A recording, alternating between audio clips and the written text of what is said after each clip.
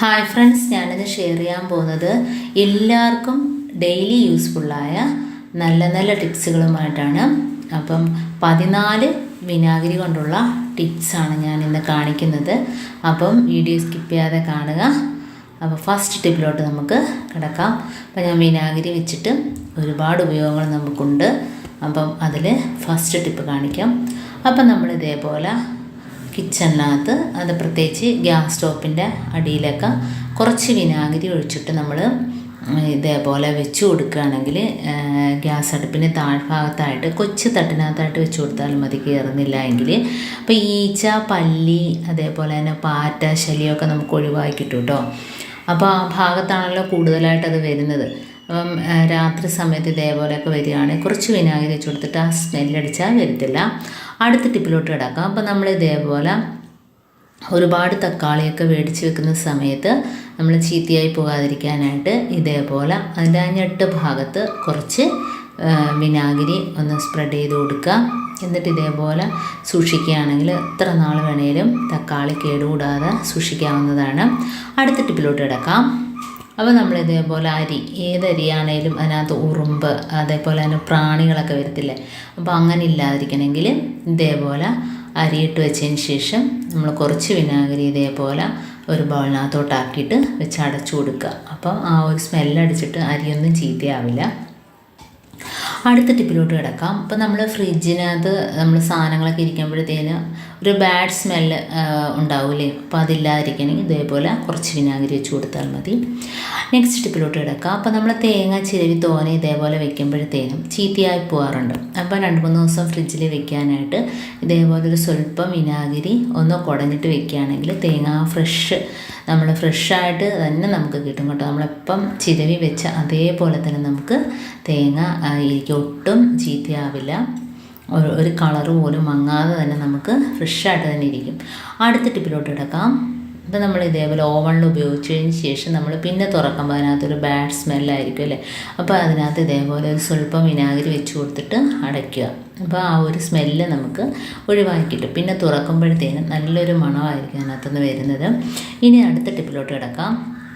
അപ്പോൾ നമ്മൾ ചോറൊക്കെ വെക്കുന്ന റൈസ് കുക്കറിനകത്ത് ഇതേപോലെ 2 ദിവസം നമ്മൾ ഉപയോഗിച്ചില്ലെങ്കിൽ ഒരു ബാഡ് സ്മെല്ല് അനുഭവപ്പെടാറുണ്ട്.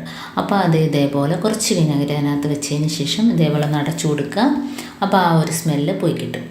അടുത്ത ടിപ്പിലോട്ട് കിടക്കാം. അപ്പോൾ നമ്മൾ ഡൈനിങ് ടേബിൾ, അതേപോലെ തന്നെ ടീപ്പോ ഒക്കെ നമ്മൾ ഭക്ഷണം കഴിച്ചിട്ട് ഇതേപോലെ ഒന്ന് വിനാഗിരി വെച്ച് തുടയ്ക്കുകയാണെങ്കിൽ നമുക്ക് ആ ഭാഗത്തുള്ള ഈച്ച ശല്യം, ഉറുമ്പ് ശല്യമൊക്കെ ഒഴിവാക്കി കിട്ടും കേട്ടോ.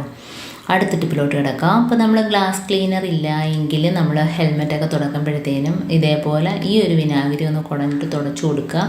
അപ്പം അതിൻ്റെ ഗ്ലാസ്സൊക്കെ നല്ലൊരു വെട്ടം കിട്ടും കേട്ടോ. ഞാൻ കാണിച്ചു തരാം. ഇപ്പോൾ കണ്ടോ, നമ്മൾ ഇത്ര നല്ല മങ്ങിയിരുന്ന ഗ്ലാസ്സാണത്. അതിപ്പോൾ നമ്മളിത് വെച്ച് തുടക്കുമ്പോഴത്തേനും വിനാഗിരി തൊട്ട് തുടക്കുമ്പോഴത്തേനും ആ ഒരു വ്യത്യാസം നമുക്ക് മനസ്സിലാകാനായിട്ട് പറ്റും. കണ്ടോ. അപ്പോൾ ഇതേപോലെ ചെയ്യാത്തവരൊക്കെ ഒന്ന് ചെയ്ത് നോക്കുക. അപ്പം 14 ടിപ്പുകളാണ് ഞാൻ വിനാഗിരി കൊണ്ടുള്ളതിനകത്ത് കാണിക്കുന്നത്.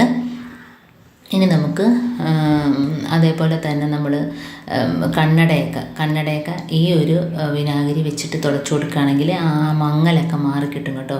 ഗ്ലാസിൻ്റെ മങ്ങലൊക്കെ മാറിയിട്ട് ഗ്ലാസ് നല്ലൊരു തിളക്കമായിരിക്കും. അപ്പോൾ നമുക്ക് ഒട്ടും പാടുകളൊന്നും തന്നെ കാണില്ല. ഇത്ര മങ്ങിയ പാടുകളുണ്ടെങ്കിൽ തന്നെയും ഇത് വെച്ച് തുടയ്ക്കുമ്പോഴത്തേനും നല്ല ക്ലീനായിട്ട് കിട്ടും. അതേപോലെ തന്നെ നമ്മുടെ ഫർണിച്ചറുകളുടെ ഇരിക്കുന്ന ഫർണിച്ചറുകളൊക്കെ ഉണ്ടെങ്കിൽ ഇതേപോലെ ആ ഒരു തുണി വെച്ചിട്ട് തന്നെ ഒന്ന് വിനാഗിരി തൊട്ട തുണി വെച്ചിട്ട് തന്നെ ഒന്ന് തുടച്ചു കൊടുക്കുക. അപ്പോൾ നല്ലൊരു തിളക്കമായിരിക്കും കിട്ടുന്നത്. കണ്ടോ. അപ്പോൾ ഇതേപോലെ ചെയ്ത് നോക്കുക. ഇപ്പോൾ തടിയുടെ ആണെങ്കിലും പ്ലാസ്റ്റിക്കിൻ്റെ ആണെങ്കിലും നമുക്ക് ഇതേപോലെ തുടച്ചു കൊടുക്കാം കേട്ടോ. അപ്പോൾ നല്ലൊരു വെട്ടവും തിളക്കമൊക്കെ നമുക്ക് കിട്ടും വിനാഗിരി വെച്ചിട്ട് തുടച്ചു കൊടുക്കുകയാണെങ്കിൽ. അതേപോലെ തന്നെ അടുത്ത ടിപ്പിലോട്ട് കിടക്കാം.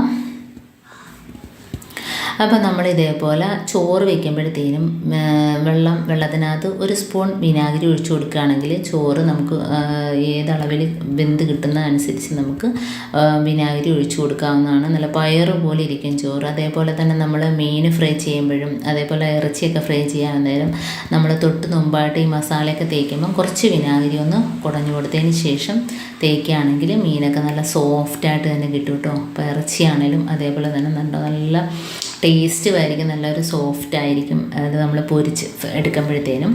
അടുത്ത ടിപ്പിലോട്ട് കിടക്കാം. അപ്പോൾ നമ്മൾ തലേ ദിവസം കുതിർത്തി വെക്കാതെ നമ്മൾ അന്നത്തെ ദിവസം നമുക്ക് ആവശ്യമുണ്ടെങ്കിലും ഇതേപോലെ രാവിലെ വെള്ളമൊഴിച്ചതിന് ശേഷം നമ്മൾ വേവിക്കുമ്പോഴത്തേനും കുറച്ച് വിനാഗിരി അടുപ്പത്തൊഴിച്ച് കൊടുക്കുക വെള്ളത്തിനോടൊപ്പം. അപ്പം നമുക്ക് കടലയാണേലും ഗ്രീൻ പീസ് ആണേലും നല്ല പെട്ടെന്ന് തന്നെ വെന്ത് കിട്ടും കേട്ടോ. അപ്പം ഇന്നത്തെ എൻ്റെ ഈ കൊച്ചു ടിപ്സുകൾ നിങ്ങൾക്ക് ഇഷ്ടമായിരിക്കുന്നു. ഇതിൽ ഏതെങ്കിലും ഒന്ന് യൂസ്ഫുള്ളായിട്ട് തോന്നിയിട്ടുണ്ടെങ്കിൽ ഒന്ന് ലൈക്ക് ചെയ്യാനും കമൻറ്റ് ചെയ്യാനും സബ്സ്ക്രൈബ് ചെയ്യാനും മറക്കരുത്. അതേപോലെ ബെല്ലൈക്കൻ എനേബിൾ ചെയ്യാനും മറക്കരുത്. എന്നാൽ മാത്രമേ ഞാനിടുന്ന ഓരോ വീഡിയോസും നിങ്ങളുടെ മുമ്പിൽ നോട്ടിഫിക്കേഷനായി എത്തുകയുള്ളൂ. അപ്പം ഇനിയും ഇതുപോലുള്ള നല്ല നല്ല ടിപ്സുകളുമായിട്ട് വീണ്ടും കാണാം. അതുവരേക്കും താങ്ക്സ് ഫോർ വാച്ചിങ്.